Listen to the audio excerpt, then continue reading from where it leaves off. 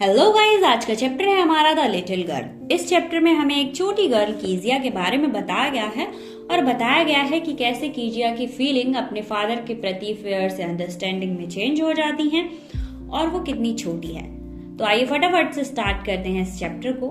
तो गाइस, शुरुआत में बताया है ऑथर ने कि इस चैप्टर में जो कीजिया के फादर हैं वो सुबह सुबह अपनी बेटी के रूम में आते हैं और अपनी बेटी के सिर पर एक कैजुअल किस करते हैं और फॉर्मेलिटी के तौर पर उनकी बेटी भी उनसे कहती है गुड बाय डैड और वो अपने ऑफिस के लिए निकल जाते हैं। इस टाइम पर जो कीजिया है उसके अंदर खुशी का गुबार भरा हुआ था। वो बहुत ज्यादा खुश थी, उसके पापा जा रहे थे और जैसे जैसे उसके पापा के जाने की आवाज धीमी होती जाती है वो उसकी खुशी का ठिकाना नहीं रहता।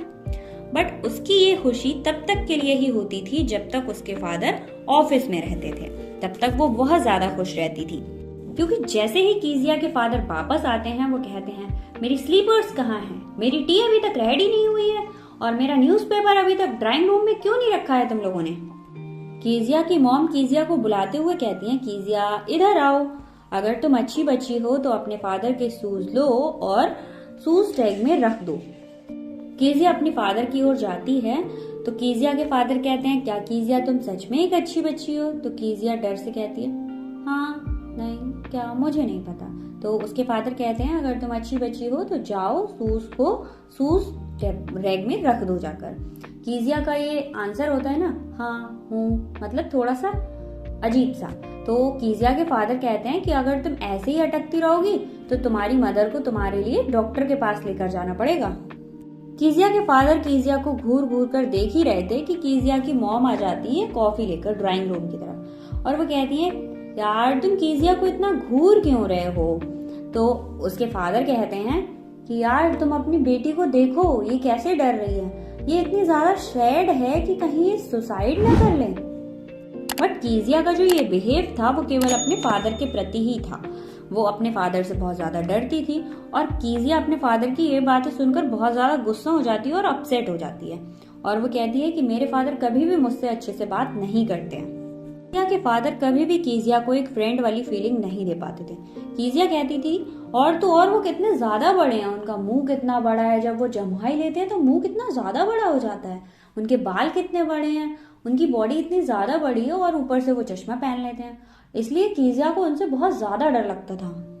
आफ्टरनून टाइम में कीजिया की ग्रैंड मॉम उनके रूम में आती है और कीजिया से कहती है कीजिया तुम अपने रूम में हो, आज तो तुम्हारे फादर की छुट्टी है, तुम अपने फादर के साथ ड्राइंग रूम में जाओ, एंजॉय करो और अपनी मदर के साथ रहो।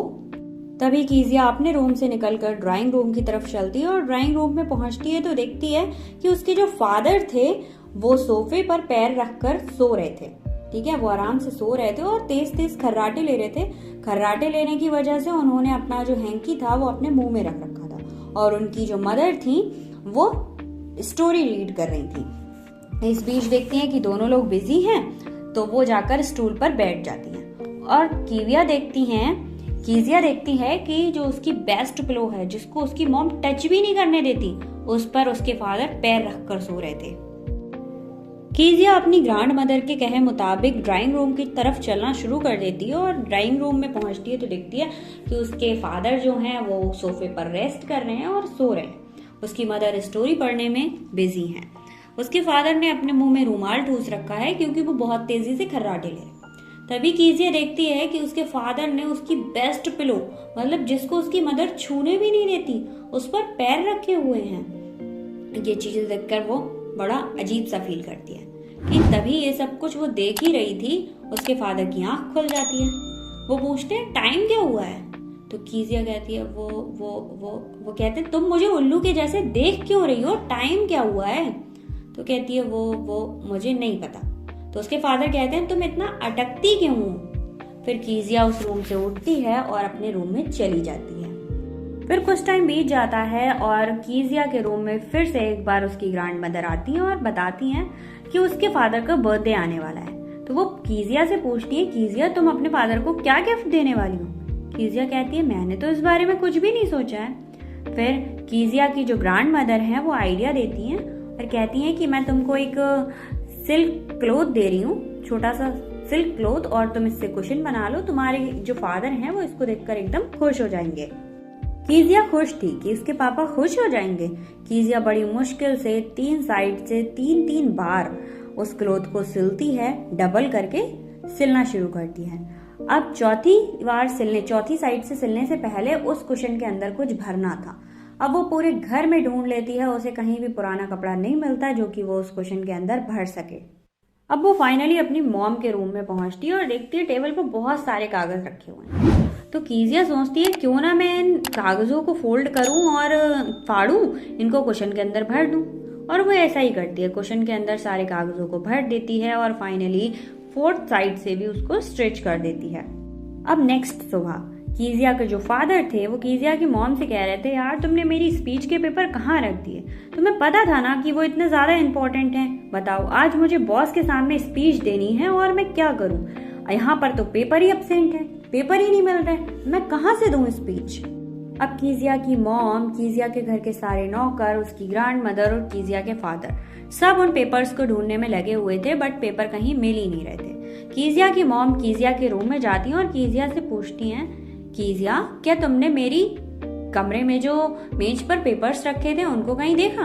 तो कीजिया बड़े प्यार से कहती है, हाँ मॉम, मैंने देखा और मैंने उन सारे पेपर्स को फाड़ कर ये कुशन बनाया है और मैं पापा को बर्थडे पे ये कुशन गिफ्ट करूंगी और वो खुश हो जाएंगे।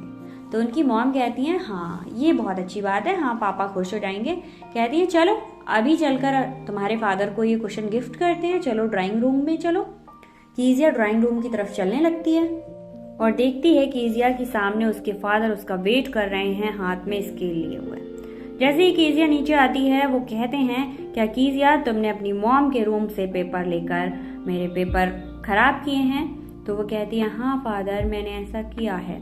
तो वो कहते हैं कि मैंने तुमसे कितनी बार कहा है कि दूसरों का सामान यूज मत किया करो, तो तुमने अपनी मॉम के रूम से मेज पर रखे हुए पेपर्स कैसे यूज किए?